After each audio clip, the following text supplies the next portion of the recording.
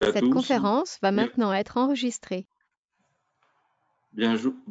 bonjour à toutes et à tous. Bienvenue donc à notre webinaire tiers financement et contrat de performance énergétique organisé par la T2E, Association technique énergie et environnement, en partenariat avec la société Kyotherm, société d'investissement.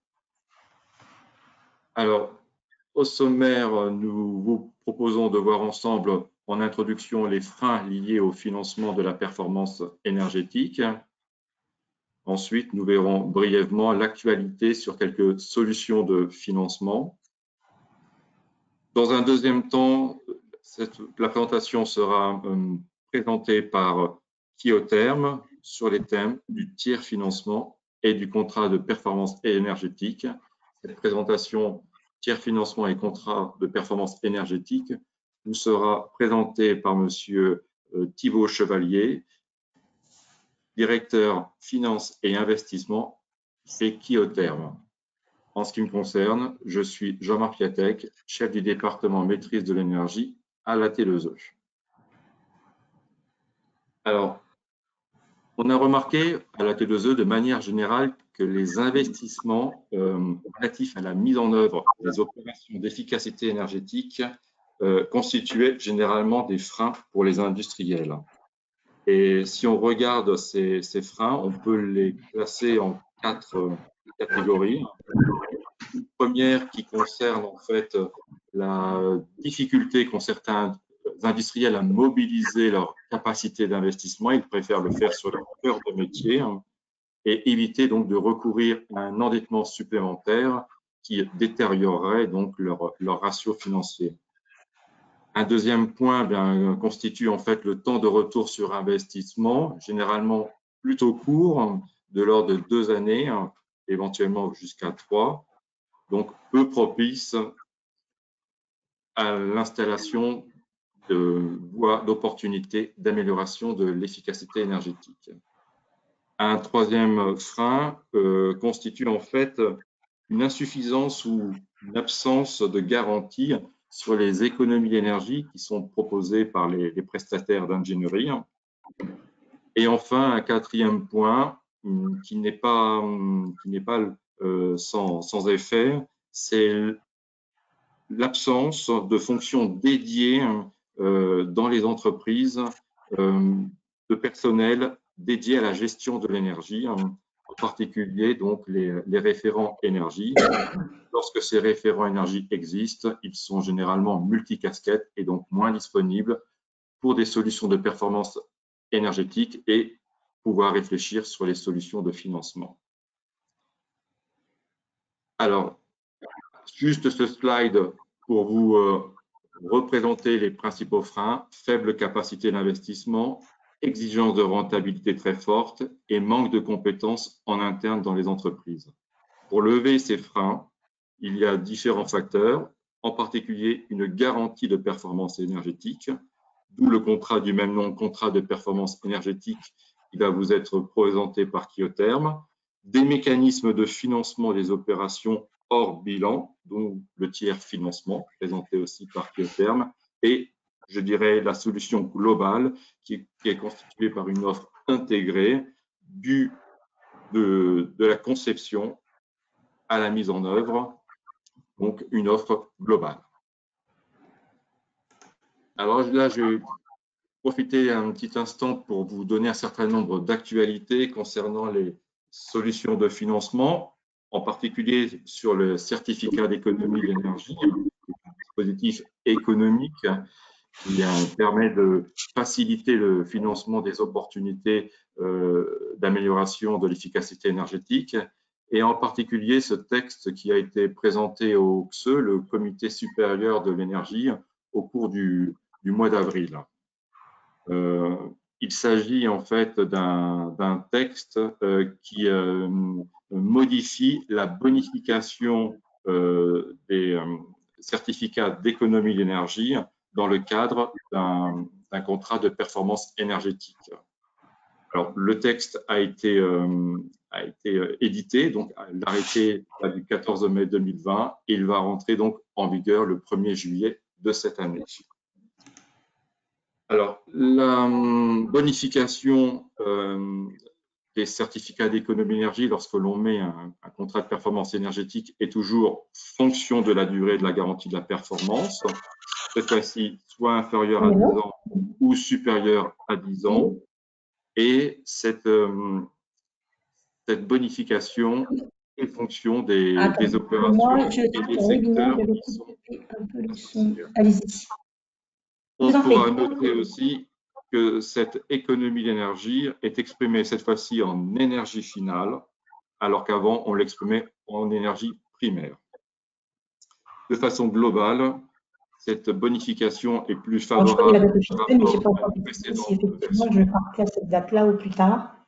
À la date c'est le 1er septembre 2021. Alors, sur ce second slide sont présentées en fait les conditions pour pouvoir bénéficier de cette bonification. Et parmi donc ces conditions, on peut noter un mot-clé qui est situation de référence qui fait son apparition par rapport à la version précédente. La situation de référence, c'est ce qui va vous permettre de déterminer le calcul des économies d'énergie. C'est aussi la situation de référence, ce qui va justifier que l'opération que vous avez choisie, votre opportunité d'amélioration sur votre site, constitue bien une alternative énergétiquement performante. Donc, on retrouve la première condition, un objectif d'économie d'énergie finale d'au moins 20% par rapport à la situation de référence. Une garantie donc sur 5 années. Un point important qui est les variables utilisées dans les définitions de la situation de référence, c'est-à-dire que vous avez donc l'obligation de décrire votre situation de référence et notamment de regrouper les conditions et les paramètres d'ajustement. Les paramètres d'ajustement étant en fait les facteurs influents comme des taux d'occupation, des conditions climatiques extérieures, des températures de consigne, etc. La situation de référence est cette fois-ci contrôlée par un organisme accrédité ou par un prestataire externe qui dispose d'un signe de qualité. Le tout est en fait vérifié par de la mesure.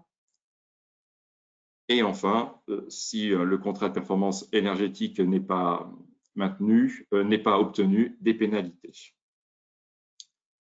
Ce slide que je vous passe, c'est en fait les slides concernant les pièces justificatives. Je vous le communique juste à titre d'information. Je vous laisse le temps de le lire le moment venu, puisque vous avez accès à cette présentation après.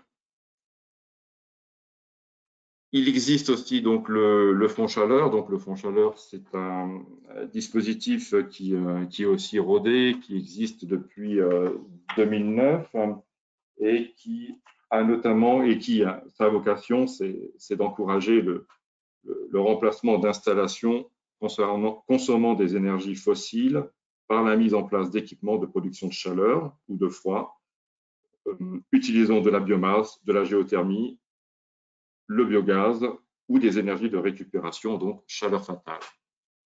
Le point que je souhaitais aborder avec vous, c'est un point encore d'actualité, puisque depuis le 1er août 2019, il y a une articulation possible entre certificat d'économie d'énergie et fonds chaleur. Les mots ont leur importance, on parle d'articulation et pas d'addition, c'est-à-dire qu'on n'a pas C2E plus fonds chaleur, mais on a un fonctionnement couplé des deux dispositifs. La règle générale, c'est pas d'articulation en cas d'aide forfaitaire. On dispose d'une aide forfaitaire au niveau du fonds chaleur quand il s'agit de petites installations. Et quand ce ne sont pas des petites installations, il y a donc une analyse économique. Donc, en fonction de cette analyse économique et des énergies valorisées, le fonds chaleur et les certificats d'économie d'énergie peuvent s'articuler.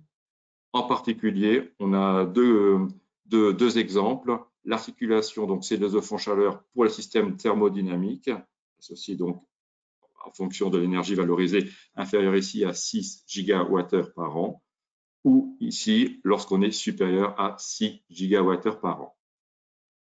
La règle à respecter, je dirais, c'est lorsque vous avez besoin de articuler C2E et fond chaleur, la règle, c'est de prendre directement contact avec votre agence ADEME locale. Il existe aussi donc toujours d'autres dispositifs, donc les prêts bancaires classiques, ainsi que les prêts bancaires bonifiés. Donc les prêts bancaires bonifiés, ce sont des prêts accordés à un taux inférieur à celui du marché grâce à une aide d'État. Et là, en particulier, au niveau de l'actualité, on est bien servi, je dirais, puisque le 5 juin 2020, il y a eu donc l'annonce du plan d'accélération de la transition écologique des DPE et PME, qui a donc été annoncé par le ministère de la Transition écologique, par l'ADEME et par BPI France, et notamment donc les prêts verts ADEME BPI France qui sont proposés. Il existe aussi différentes aides et subventions, en particulier le Fonds FEDER, Fonds européen de développement régional. L'ensemble de ces informations vous est communiqué dans un guide de solutions des financements de la performance énergétique, gratuit et accessible, donc à partir de ce lien avec le site de la T2E. Je souhaite aussi, avant de céder la main à Monsieur Thibault Chevalier de Kyotherm, on a évoqué il y a quelques instants que parmi les freins au financement des solutions de performance énergétique, il y avait des manques de formation des personnels. Je tenais donc à vous présenter qu'il existe actuellement un programme de formation qui s'appelle ProRefei, qui a vocation donc à former des référents énergie dans l'industrie. Ce programme se termine à fin 2023. Il est basé sur 3 étapes. D'abord, une étape avec un MOOC, ensuite un stage présentiel et ensuite un accompagnement individuel sur site. L'accompagnement et les stages en présentiel sont réalisés par des formateurs, des bureaux d'études spécialisés en énergétique qui ont été sélectionnés par l'ADEME, AT2E et le ministère. En ce qui concerne le mode de financement de cette formation, les coûts pédagogiques sont pris à 100% pour les entreprises de moins de 300 salariés, pris en charge à 50% pour des entreprises dont les effectifs est supérieur à 300 salariés. Concernant les conditions, l'éligibilité est pour le secteur de l'industrie, mais les dérogations sont possibles et il y a donc des ouvertures qui sont en cours vers de plus larges secteurs. 3 parcours sont pris en charge par numéro de sirène, c'est-à-dire 3 stagiaires. Là, on vient de voir une formation qui concernait donc les référents énergie, donc les personnes qui sont en charge de gérer la gestion d'énergie sur un site industriel. Il existe aussi une formation sœur, je dirais, qui s'appelle Invest et qui s'adresse aux acteurs jouant un rôle dans les décisions d'investissement de l'industrie. Elle s'adresse donc cette fois-ci aux directeurs industriels, aux responsables des achats et aux directeurs administratifs et financiers. Ce programme est porté par la société Greenflex. Vous pouvez avoir les informations directement sur le site invest.org. Enfin, il existe le programme ProSMEN, qui est un programme porté par la T2E et qui récompense par une prime jusqu'à hauteur de 40 000 € qui récompense les entreprises qui ont mis en place un système de management de l'énergie conforme à l'ISO et certifié ISO 50001. Ce programme vise et cible un très large public, PME, ETI, grandes entreprises, établissements publics et collectivités, bailleurs sociaux. C'est très large au niveau du public.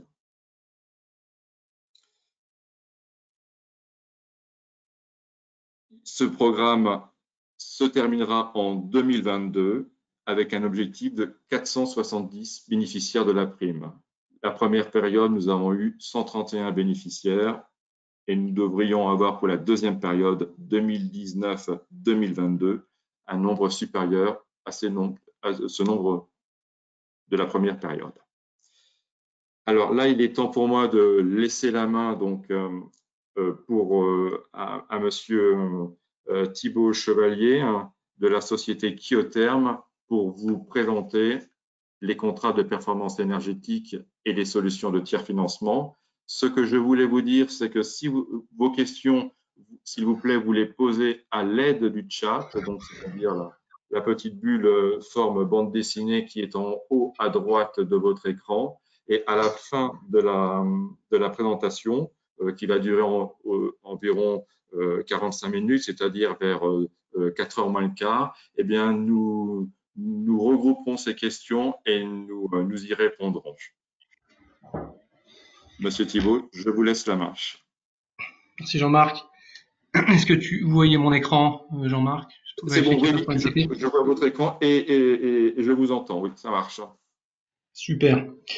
Bon, je pense que j'en ai pour pas plus de 20 minutes, une demi-heure, mais merci pour cette introduction. Donc moi, je suis Monsieur Chevalier, Thibaut Chevalier, donc directeur finance et investissement chez Kyotherm. Et donc Kyotherm, c'est une société de tiers financement de la transition énergétique au sens large. Hein. On a une société indépendante qui a été créée en 2011. Indépendante au sens où on n'a pas notre capital de société de services énergétiques ou de fournisseurs de solutions, ce qui du coup est assez important pour préserver un petit peu notre objectivité sur les solutions et les meilleures solutions à apporter, notamment en efficacité énergétique. Il n'y a pas de biais technologique. On est soutenu par des investisseurs institutionnels européens qui nous permettent donc de financer nos projets et la partie fonds propres de nos projets sur notre bilan. On est notamment au capital, par exemple on a BPI France qui est rentré il y a 2 ans à notre capital et d'autres fonds de private equity. Voilà. Donc on a 2 thématiques d'investissement phares chez Kyotherm, avec la première qui est la génération de chaleur renouvelable et la deuxième qui nous intéresse un peu plus aujourd'hui, qui est l'efficacité énergétique, notamment dans l'industrie. On va retrouver dans la génération de chaleur renouvelable, sans qu'il y ait une intersection entre ces 2 jambes, on va retrouver en termes de technologie tout ce qui va être biomasse. Ça peut être de la biomasse solide, du bois énergie par exemple, ou biomasse liquide avec la méthanisation. On va retrouver des choses comme la géothermie, qu'elle soit basse enthalpie, c'est-à-dire plutôt superficielle avec des pompes à chaleur, souvent pour rehausser les températures, ou moyenne enthalpie avec des forages notamment qu'on a sur le Dogger en Île-de-France, qui sont plus profonds, autour de 2 km. On va retrouver du solaire thermique, qui est une thématique auquel on croit beaucoup. Et puis réseau de chaleur, récupération de chaleur fatale évidemment. Voilà. Et côté efficacité énergétique, on entend par là toutes les actions d'économie d'énergie qui vont permettre à nos clients de réaliser des économies d'énergie. En termes technologiques, là aussi, c'est très vaste en fait. En réalité, on est agnostique tant qu'il y a de l'économie d'énergie des fossiles, donc de l'économie de CO2 et de gaz à effet de serre plus généralement. On a fait notamment, on en présentera une de nos références, de la variation de vitesse sur des moteurs asynchrones qui permet de faire des économies et avoir un bilan carbone assez massif. Voilà. À ce jour, on a donc financé, on a un prisme européen pour le moment, puisqu'on est basé à Paris, avec des projets qui sont en Allemagne, en France bien sûr, aux Pays-Bas, en Angleterre et au Royaume-Uni plutôt, au Maroc, mais on accompagne nos clients partout dans le monde. On n'a pas de restrictions géographiques. On a pour le moment en portefeuille 88 mégawatts qui génèrent donc 200 gigawattheures par an d'énergie décarbonée, donc soit de la chaleur, soit de l'économie d'énergie. Ça représente un peu plus de 100 millions d'investissements. En termes de taille d'investissement, et c'est un petit peu effectivement le cœur du sujet sur l'efficacité énergétique aussi, où le taille unitaire de projet peut être assez faible. On a une granularité qui peut être qui peut aller jusqu'à moins de 500 000 euros si on considère qu'il y a une opportunité peut-être de faire un portefeuille et justifier voilà, de pouvoir passer un peu de temps à structurer les affaires. Mais... Alors l'offre Octotherm, qu'est-ce que c'est? Nous, on est une société, comme j'ai indiqué, de financement. Donc, on apporte la brique financement. On n'est pas une société où on va apporter la solution technique. On va venir accompagner des apporteurs de solutions techniques, des sociétés de services énergétiques. On peut accompagner les clients directement qui ont une idée sur la solution qu'ils veulent mettre en place, mais qui n'ont pas le financement, ou les développeurs de projets. Mais donc voilà, on apporte bien le financement et va avec le financement et notamment dans la mesure où sur cette typologie de projets sont souvent voilà complexes, notamment lorsque il s'agit d'accompagner un acteur industriel sur des solutions qui peuvent avoir trait et toucher assez proche à leur process. Elles ont besoin d'être structurées, donc on apporte une expertise pour structurer financièrement, économiquement, contractuellement ces affaires-là, avec un financement qui va être sur mesure par rapport aux besoins. On a voilà une expertise qu'on considère assez maintenant depuis quasiment 10 ans, et puis une expérience passée dans le renouvelable qui nous permet d'essayer d'allouer les risques au mieux aux différentes parties prenantes du projet, que ce soit le client lui-même, que ce soit l'apporteur de solutions, ou bien nous-mêmes, où on est capable de porter du risque, évidemment, de sorte de baisser le coût du financement. On verra, c'est effectivement le nerf de la guerre, d'avoir un financement qui est le plus compétitif possible, puisqu'il pèse quand même très lourd voilà, dans le PNL de nos clients. Donc là, je vais peut-être passer plus vite là-dessus, puisque Marc avait abordé lors de sa présentation un constat général sur les freins à l'efficacité énergétique. On l'a évoqué, il y a un potentiel gigantesque, 25% de la conso d'énergie primaire en Europe qui vient du secteur industriel, qui est inefficient quand même, qui reste encore avec beaucoup de sources d'amélioration, mais le retour d'expérience quand même et que à notre goût, en tout cas, trop peu de projets encore sont mis en œuvre, notamment. Alors évidemment, les projets à temps de retour court, normalement, sont mis en œuvre sur le bilan directement des clients, ils n'ont pas vocation à être tiers-financés. Ce plus long, du coup, impose souvent d'aller chercher du tiers-financement, puisque, comme l'a évoqué Jean-Marc, c'est pas cœur de métier. C'est difficile de mobiliser du capex sur ce type de projet. Et voilà, la clé effectivement pour débloquer ces économies, c'est de mettre du capex. C'est souvent un gros capex upfront, un gros capex initialement, pour aller débloquer des économies sur le long terme. Mais voilà, souvent pas forcément prioritaire dans les groupes industriels. Voilà. Et ce que ça dit quand on a dit que le capex pesait assez lourd par rapport à l'opex, c'est-à-dire les charges d'exploitation, c'est que le volet financement va avoir son importance et va peser lourd, notamment son coût, sa compétitivité vont être très importantes pour rendre la solution compétitive pour le client. Et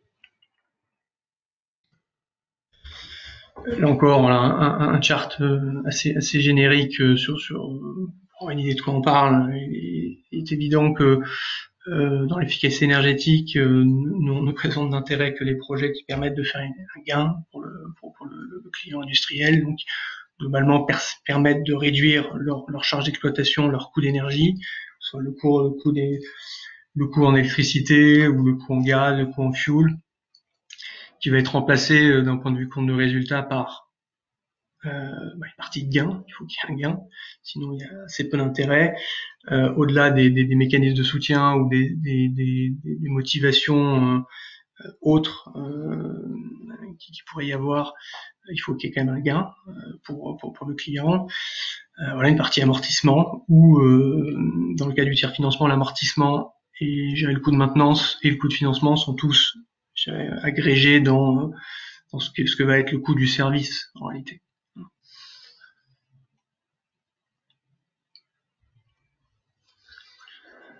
Alors, quelle est la solution que propose Qterm est relativement simple. C'est une solution de financement. Donc, ça consiste à financer l'investissement. On a parlé, un des grosses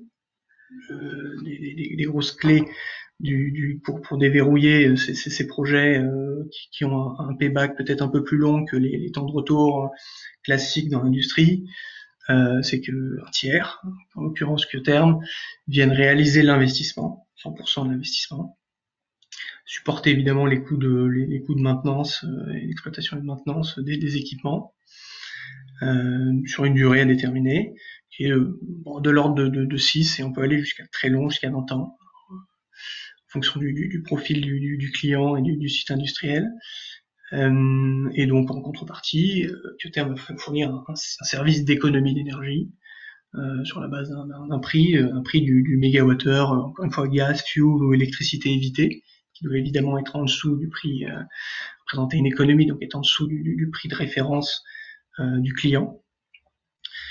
Et donc voilà, comme je l'expliquais, on vient accompagner des apporteurs de solutions. Ça peut être des bureaux d'études, ça peut être des gens plus intégrés qui ont la solution et qui vont l'installer, l'exploiter, la maintenir, garantir les économies, et bien apporter donc le volet financement. On verra les modalités techniques.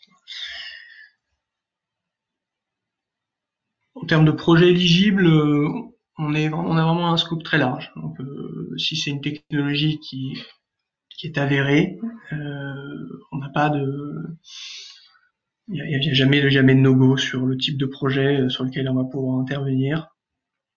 On va regarder le bilan carbone par capex, par euro investi. Mais dans la mesure où il y a des économies, le bilan carbone de toute façon nous permettra de rendre éligible l'investissement. Donc on est vraiment, on suit un petit peu les technologies, les best in class en termes de technologie. Si on a indiqué un coût d'investissement d'1 million, mais comme je l'indiquais, on peut faire une granularité plus fine, notamment sur l'efficacité énergétique dans l'industrie, où on peut avoir des projets. On a fait des projets de 300 000, 400 000 euros. Dans la mesure où on va accompagner soit un client sur un programme, où on va accompagner un fournisseur de solutions, là encore sur une solution qui est à peu près normée, qui est facilement duplicable. On peut aller chercher des projets qui sont plus petits. Alors, quel est l'intérêt du coup d'aller du tiers financement? L'intérêt c'est que Qterm va payer 100% du capex, donc il n'y a rien à débourser pour le client initialement. On va aller, avec l'aide de nos partenaires techniques, déterminer un scénario de référence en termes de consommation d'énergie et en termes du coût d'énergie économisé sur la base de ce scénario de référence. On va les déterminer. Donc, le client, lui, ne va payer qu'une redevance qui va être variable en fonction du nombre de mégawattheures économisés sur la base de ce scénario de référence. On appelle mégawattheure, de manière assez commune maintenant.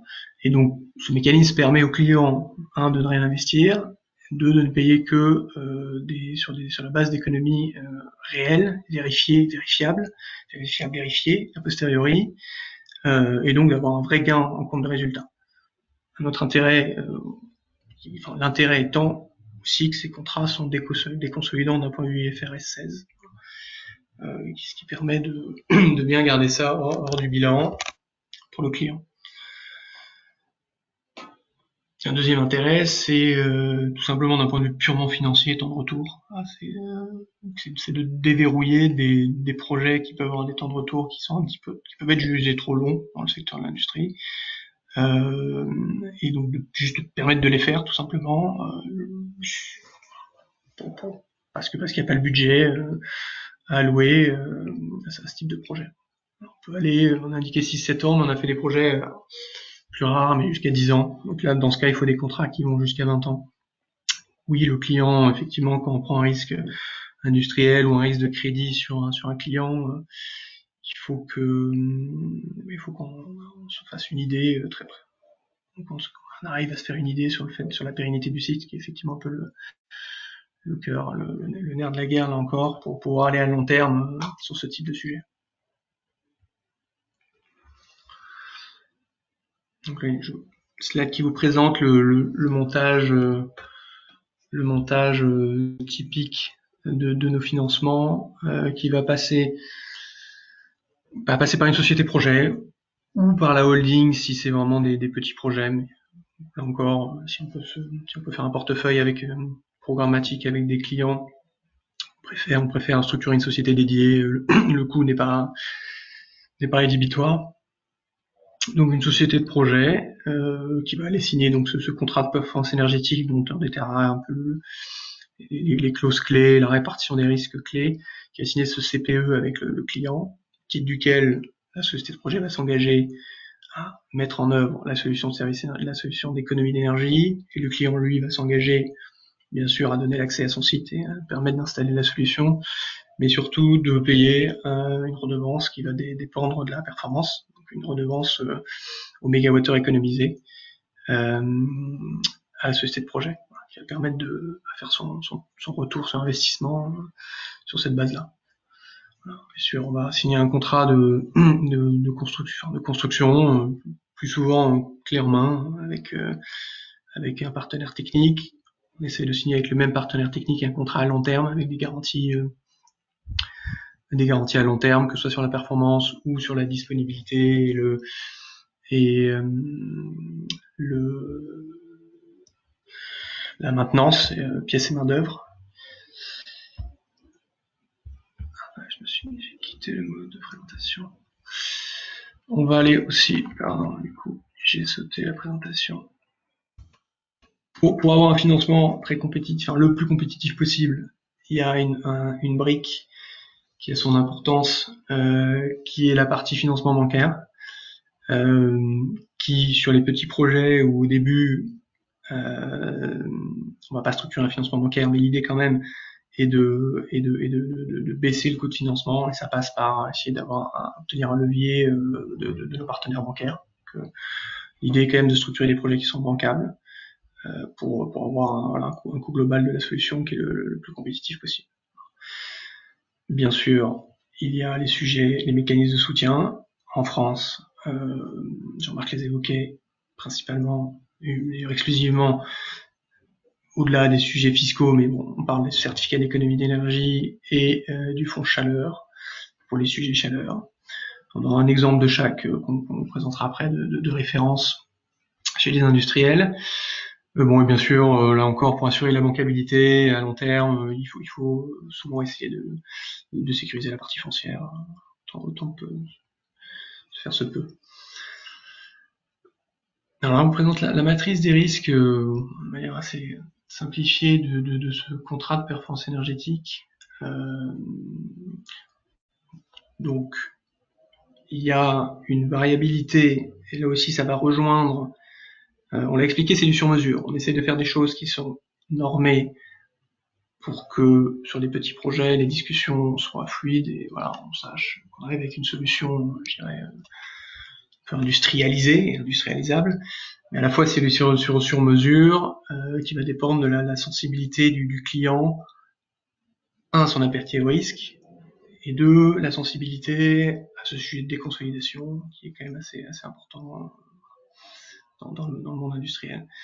Donc là, c'est typiquement une chose qui a trait un peu à la déconsolidation, c'est la réduction, la variabilité de cette redevance que va percevoir Queterm en fonction de l'utilisation qui est faite. Évidemment, c'est très dur pour une société de financement de prendre un risque sur l'utilisation qui est faite par le client. La fonction, la façon dont on fonctionne, c'est néanmoins de proposer avec une franchise temporelle, et de proposer que les paiements soient suspendus en cas de non-utilisation à partir d'un certain moment, d'une certaine durée de l'actif, donc une fermeture du site temporaire, une baisse d'activité, avec un allongement de la durée du contrat du concurrence pour préserver, gérer l'économique et l'équilibre économique du contrat. Et c'est un très bon argument pour la déconsolidation notamment. Bien sûr la sous-performance, donc la performance qui est clé ici, ça c'est la clé. Il est évident qu'il y a des protocoles de mesure qui sont mis en place pour aller vérifier a posteriori que les économies sont bien là, que le volume de mégawattheures économisés qui est facturé au client est bien un volume d'énergie qui a été vérifié. Et les redevances sont ajustées en fonction de ce volume d'économie qui est effectivement calculé. Et à contrario, si on surperforme, une grosse partie est rétrocédée au client. Dispo, ça rejoint en cas d'indisponibilité, là encore, ajustement de la redevance, un dispo panne, des ajustements de redevance, de sorte que le client industriel ne paye plus s'il y a une indisponibilité. Et en fin de contrat, là encore en lien avec la déconsolidation, prudent, mais l'idée est qu'en fin de contrat, l'équipement, bien sûr, reste sur site et transféré un euro symbolique au client. Quelques ordres de grandeur, quelques métriques sur le sujet. Donc la métrique clé, évidemment, d'un point de vue pur CAPEX, c'est de regarder le ROI, le Return on Investment, le temps de retour. Donc ça va être le CAPEX net de subventions éventuelles, ou C2E ou fonds chaleur, divisé par les gains annuels attendus. 1, 2, 3, 4 ans, on en parle en mois. Ça, c'est la métrique clé. Petite spécificité avec le contrat de service, le contrat de performance énergétique, quand on garantit quand on garantit une performance, quand on garantit une disponibilité, quand on garantit un équipement sur 8-10 ans, pièces et main d'œuvre, il y a forcément un coût supplémentaire par rapport au CAPEX, je dirais, brut, CAPEX pur, achat, avec une garantie peut-être de 2 ans, qui est un coût additionnel qu'il faut intégrer là-dedans, dans ce ROI. Et donc c'est ce ROI là qui va vous donner quelques métriques de durée de contrat et de répartition du pourcentage de l'économie qui peut être rétrocédé au client. Le ROI, c'est le premier driver. Et donc, le deuxième driver, ça va être la qualité au sens de la visibilité qu'on peut avoir sur la pérennité du site et la qualité de crédit du client industriel. Et évidemment que ça va être assez important. Puis enfin, la durée du contrat. Bon, ça, c'est mécanique. Plus on est court, plus la redevance va être importante. Pas en cumulé, mais la redevance annuelle.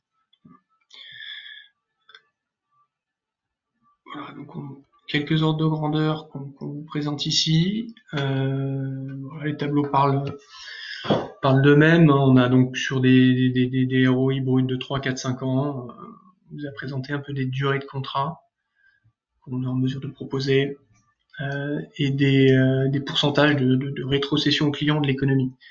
Voilà. Donc, si on prend la colonne du milieu, par exemple, voilà, sur un ROI de 4 ans, sur un projet qui a 4 ans de temps de retour, avec la méthode de calcul présentée, donc en intégrant bien les OPEX qui peuvent peser jusqu'à 10% du CAPEX actualisé. Si on veut proposer 30% de baisse, donc s'il y a un coût de référence à 50 €, 40 € du mégawattheure électrique, nous on va proposer donc 70% de 40 € du mégawattheure. On va proposer de payer au client 28 € du mégawattheure par mégawattheure d'électricité économisée, qui fait 12 € par mégawattheure d'économie. Il faudrait aller sur une durée de 4 ans pour que ça fonctionne de notre point de vue. Ça, encore une fois, dépend quand même de la qualité du client. On peut faire mieux que ça. Là, c'est des chiffres assez conservateurs, mais c'est pour un peu une idée des métriques associées à ce type de contrat. Et enfin, donc, 2 références qu'on souhaitait vous présenter aujourd'hui. La première, donc chez ArcelorMittal, un énorme consommateur de tout type d'énergie, et donc c'est sur son site de Saint-Chilly-d'Apcher en Lozère. Donc là, c'est un projet de récupération de chaleur fatale, où on a installé un échangeur de chaleur tout simplement sur un four électrique dans lequel on va récupérer la chaleur qui est la chaleur pure chaleur fatale, hein, qui normalement était avec des tours réfrigérantes envoyées, comme on dit, aux petits oiseaux. On va la faire circuler dans une boucle d'eau chaude et donc l'utiliser en amont du process et puis l'exporter aussi en partie sur une petite DSP opérée par Engie dans la ville d'à côté. Et donc là, nous, Qterm, on a apporté le financement sur un contrat de 10 ans. On parle de 5,6 millions de CAPEX avant subvention et de 12 gigas économisés, voilà, pour une puissance de 4,8 MW. Une deuxième référence qui toujours chez un industriel. Là, on parle en fait de variation de vitesse sur des moteurs asynchrones, des pompes et des ventilateurs, des relativement gros moteurs, puisqu'on parle de 6 millions de CAPEX et de 40 gigawattheures d'économie d'énergie, d'économie d'électricité par an. Donc, vous voyez un peu le bilan carbone et l'impact carbone de ce type de projet, puisqu'on parle aujourd'hui une ferme photovoltaïque qui c'est dans le sud de la France, ça va peut-être être 1300 heures par exemple, peut-être pas sur Tracker, mais on parle de 30 mégawatts de solaire photovoltaïque qui vont peut-être plutôt coûter 30 millions aujourd'hui. Et nous, 6 millions de CAPEX, on a le même bilan carbone et on permet d'effacer 40 gigas électriques pour le client. Pour revenir le premier sujet, lui, il avait été subventionné, mécanisme de soutien, c'était du fonds chaleur. Un tout petit peu de C2E, mais c'était principalement du fonds chaleur. Donc nous, on s'occupe du préfinancement de ces subventions, qu'elles soient le fonds chaleur ou C2E. Et ce deuxième sujet, lui, était éligible, voilà, une fiche standardisée C2E avec bonification CPE. Et donc là, on a proposé sur les deux, on a proposé un montage déconsolidant à notre client avec préfinancement des subventions et un montage qu'on vous a présenté, une économie dès le premier jour.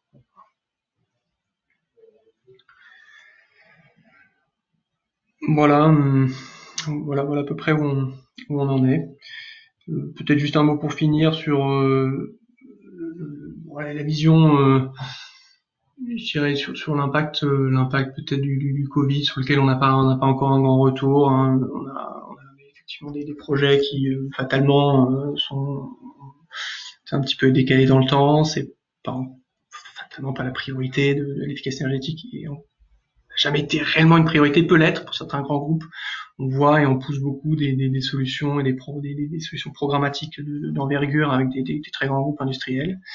L'un des freins, pas qu'à l'efficacité énergétique, mais même au tiers financement de l'efficacité énergétique, c'est que à tort, on considère que ça peut être trop compliqué pour des petits projets, où il y a encore des doutes sur le sujet des consolidations, etc. Donc il y a encore, je pense, et tu évoquais Jean-Marc, un peu de pédagogie à faire de ce point de vue-là, montrer que ça marche, c'est des consolidants, et ça se fait, et c'est pas, ça représente un peu de mobilisation de ressources humaines au début pour mettre en place, mais le jeu en vaut la chandelle.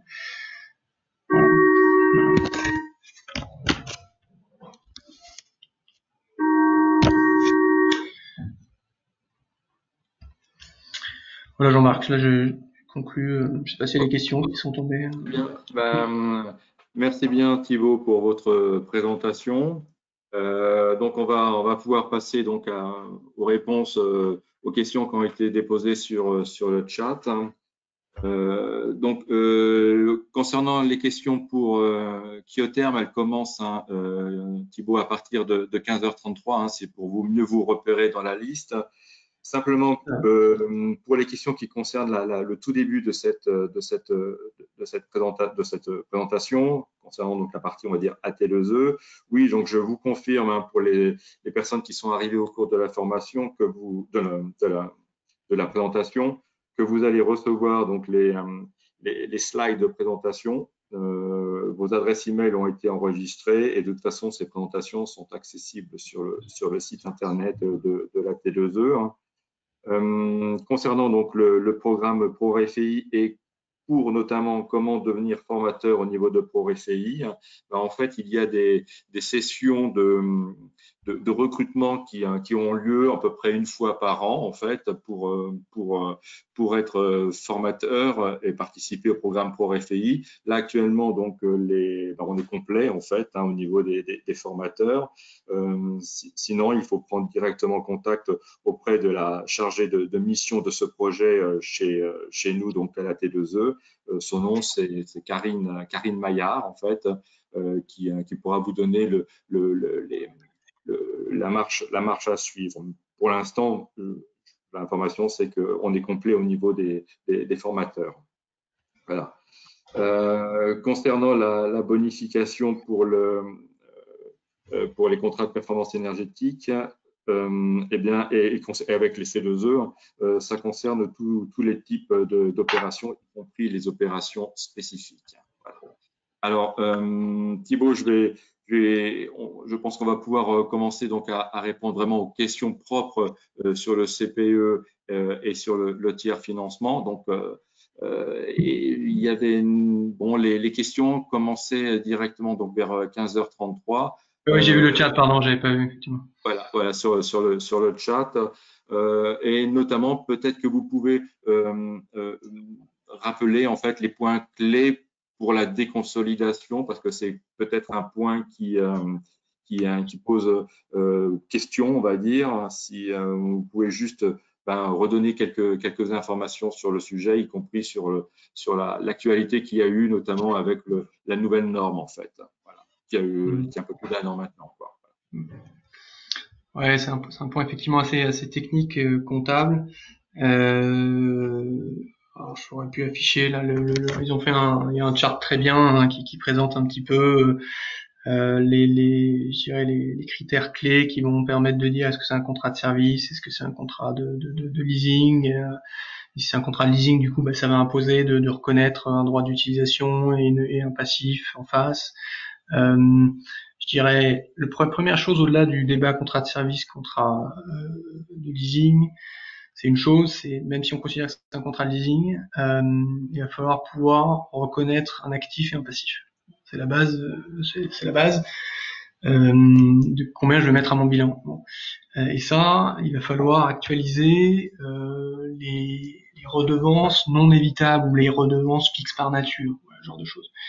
Quand vous dites que vous avez une redevance qui est ajustable et par la performance et par l'utilisation qui en est faite, quand même à partir de là, c'est un peu un argument massue, on reviendra pas dans le détail, mais à partir de là, ça va être compliqué de consolider quoi que ce soit sur son bilan. À partir du moment où la redevance peut tomber à zéro, pour justifier au CAC, la redevance, elle peut tomber à zéro. Si la performance n'est pas là, si je me sers pas de l'actif, si je ferme mon usine, je dois rien. Donc ça, c'est un peu l'argument massue pour dire, il n'y a rien à consolider.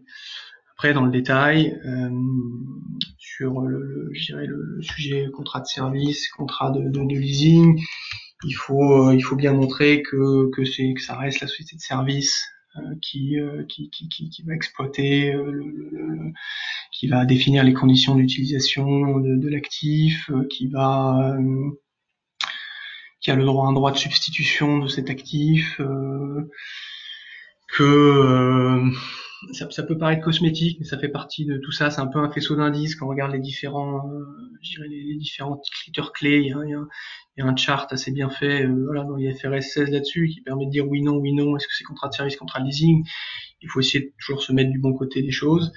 Mais l'argument massue, c'est de dire, j'ai vu d'autres questions sur le sujet, qu'est-ce qui se passe en fin de contrat, est-ce que c'est pas antinomique de les céder à 1 euro?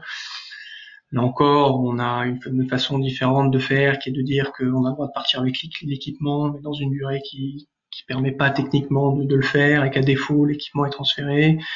Voilà, ce genre de choses qui permettent c'est un sujet sensible, c'est un sujet qui est pas noir ou blanc. Il n'y a pas de réponse parfaite en disant oui, c'est totalement déconsolidé. Enfin, si ça l'est, ça fonctionne.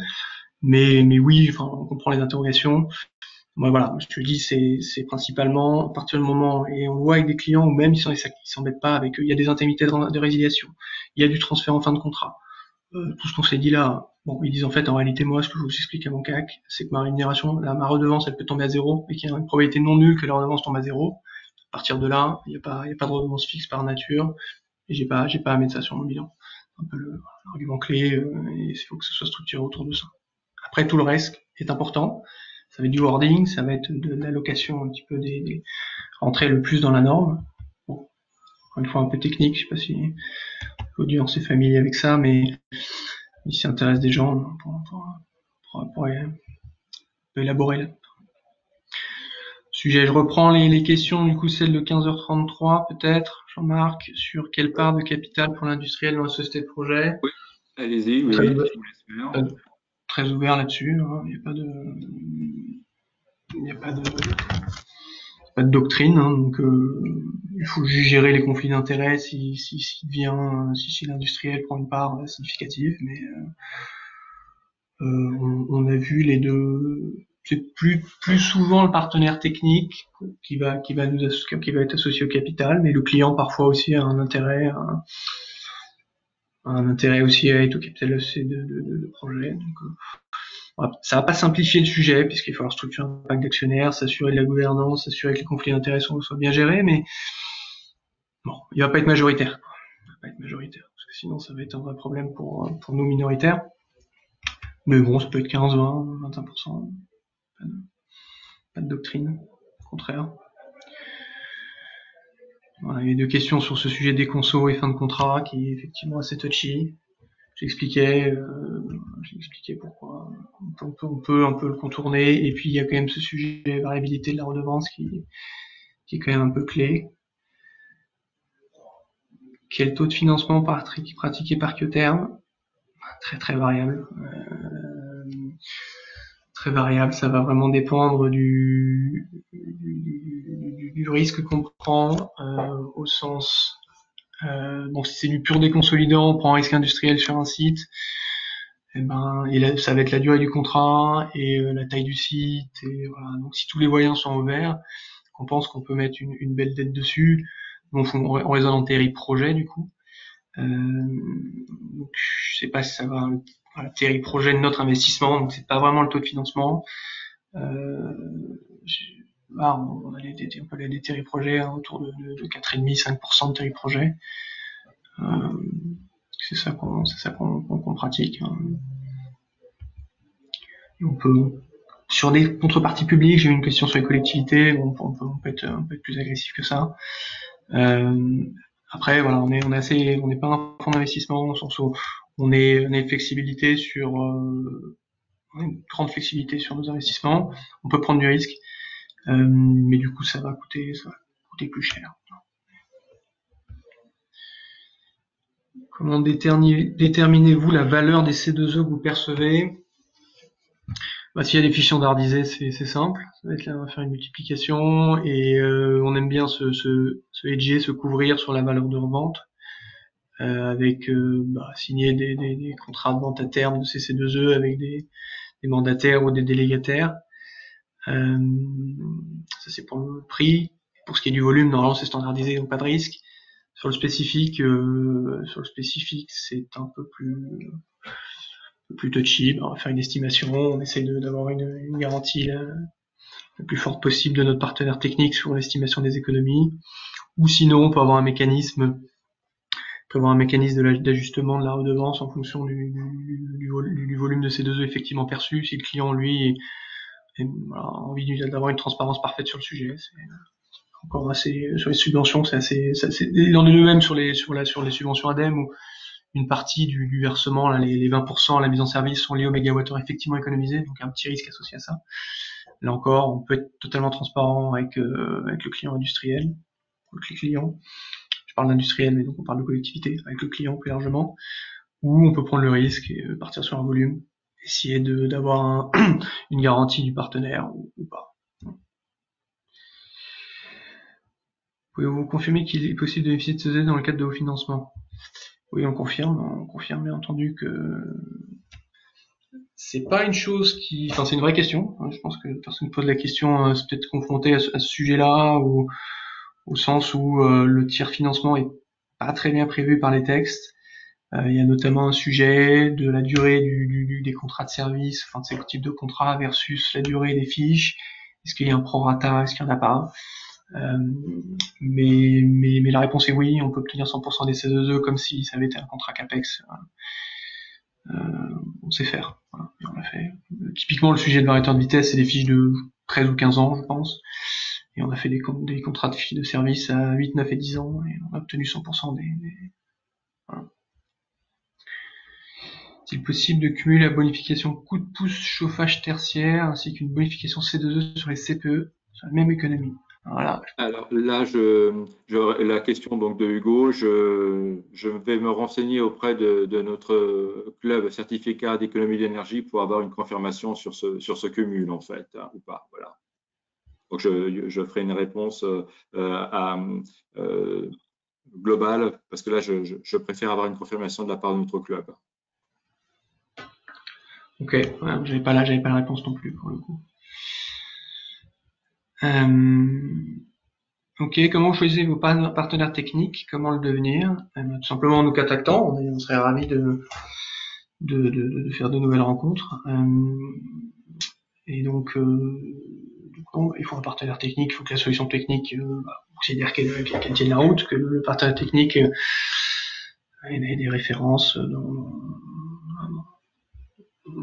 avec la solution qu'il propose. Mais il n'y a pas de... c'est très simple. On entre en contact et on essaie de voir comment on peut structurer les choses ensemble. Je t'invite à m'envoyer un mail après la présentation si vous êtes intéressé.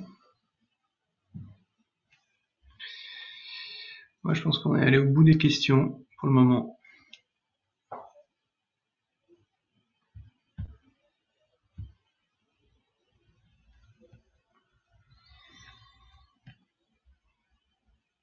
Jean-Marc, je sais pas s'il n'y a pas d'autres questions qui tombent, peut-être.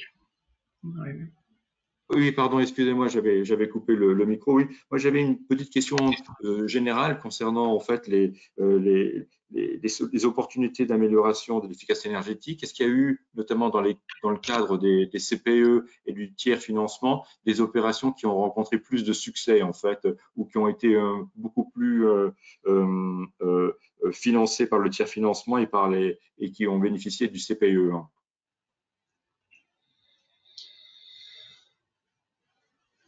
Oui, il y a des sujets.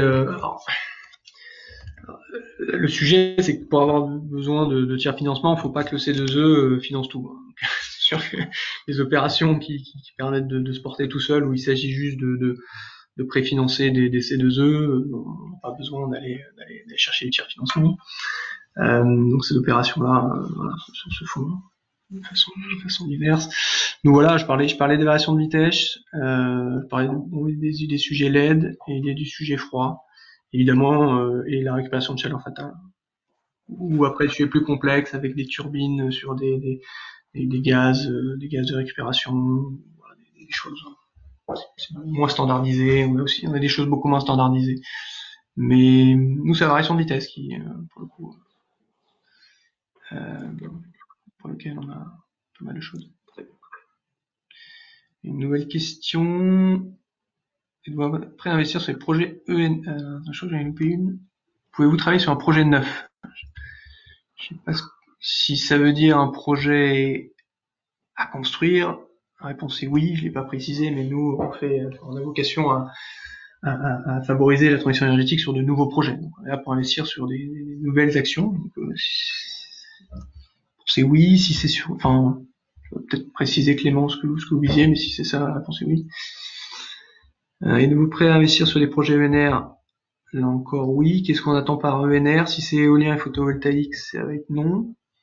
Mais ça va être de l'écogénération bois, comme je l'ai indiqué, pour produire de l'électricité renouvelable et de la chaleur, bien sûr.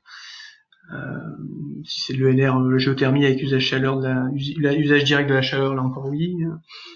Voilà, pour la génération de renouvelable, oui. Plutôt chaleur quand même, on a un biais chaleur. Ou si c'est de l'électricité, ouais, cogénération, je dirais. C'est pas qu'on n'aime pas l'électricité, mais Mais que souvent, si c'est pas un autoconso, du coup, le sujet contrepartie n'est plus là. Et du coup, c'est un peu moins on a moins besoin d'aller connaître notre client, son business, etc. C'est une logique un peu différente. Il y a plus d'acteurs. Enfin, on considère qu'on a moins de valeur ajoutée sur ce type de projet. Encore, si c'est pas bien répondu, n'hésitez pas à préciser. Est-il possible de réaliser un projet concernant plusieurs actions d'économie? Et la réponse est bien sûr oui. La réponse est oui. En fait, même on préfère si un bouquet de projets est remis, j'ai l'impression que vous êtes chez Schneider, donc vous savez de quoi on parle. Oui, la réponse est bien sûr oui. Bon, c'est une unité de CAPEX. Du multisite. Non, si on est sur du multisite, nous donc on a un portefeuille, en fait on a 20 projets en réalité, mais c'est 80 sites. Voilà, aujourd'hui on est en train de déployer sur des maisons de retraite au Royaume-Uni. On est en train de déployer des chaudières bois. Enfin, on a déployé des chaudières bois et là maintenant on fait des packs géothermiques, des pompes à chaleur géothermiques. C'est 300 000 euros unitaire. On fait 300 000 euros, on en fait 50. Donc on peut aller jusqu'à 300 000 euros. En dessous, ça commence à être 200-300 000 euros sur du multisite, sans problème. C'est programmatique, si on déploie, aucun sujet. C'est la même société qui porte, c'est le même client, c'est le même partenaire technique. Pour nous, c'est un seul projet à la fin.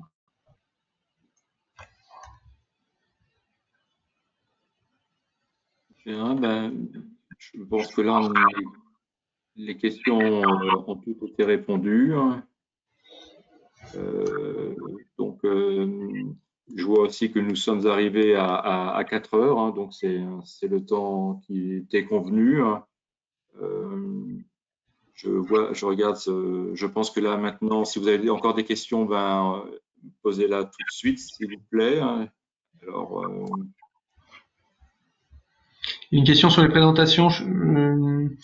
Jean-Marc, je vous renverrai une présentation à jour, là, celle que j'ai un tout petit peu différente de celle que vous avez envoyée, donc si vous voulez la mettre. Ça marche, ok, oui, très bien, merci. Il y a une nouvelle question, je crois qu'elle est tombée.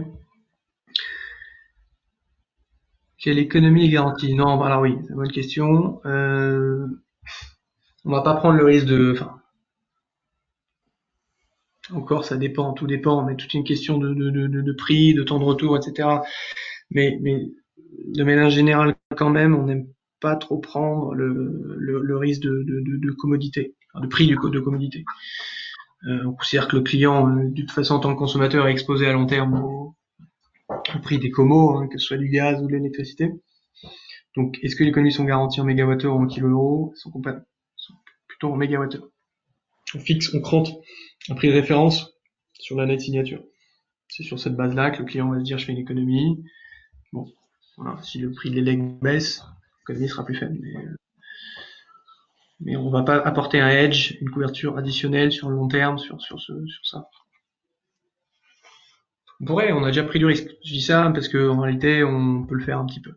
Et dans ce cas, ça fait prendre des scénarios de prix, d'évolution du prix à 10 ans, de cette commodité. Voilà, et puis du coup, ça va impacter. Mais bon, tout est ouvert. Comme j'ai dit, on est assez flexible.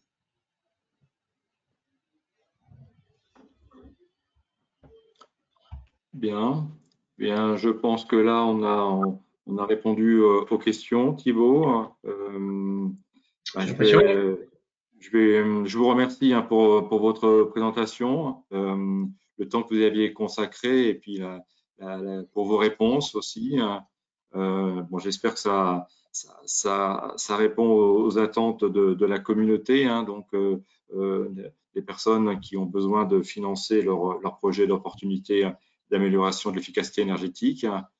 Écoutez, Thibaut, je vous remercie. Je remercie aussi donc toutes les personnes qui ont assisté à cette présentation. Voilà. Merci à tous. Nous allons mettre fin à cette présentation et nous vous souhaitons donc une bonne fin de journée à vous tous. Merci bien. Bonne journée à tous. Merci, au revoir.